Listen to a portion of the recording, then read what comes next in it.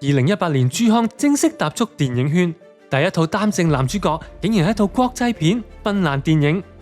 2018年，因為喺許廷鏗 MV 演員的自我修養入面，一鏡到底嘅演出獲得新導演黃以林賞識，首度主演電影《金刀》。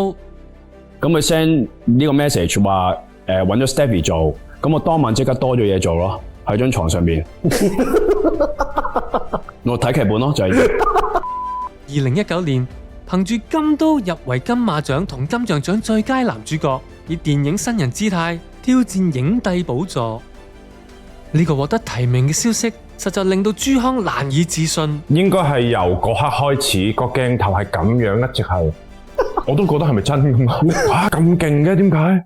朱康記得喺收到金馬提名前2個月，佢仲同阿媽傾緊，係咪時候諗下轉行？成日都話自己係半紅不黑嘅狀態咯，因為的而且確維生上邊又唔係令到我有一種好舒服嘅狀態，係咪又係時候要睇下咧？喺表演之外，會唔會有其他踏實啲嘅工作可以做？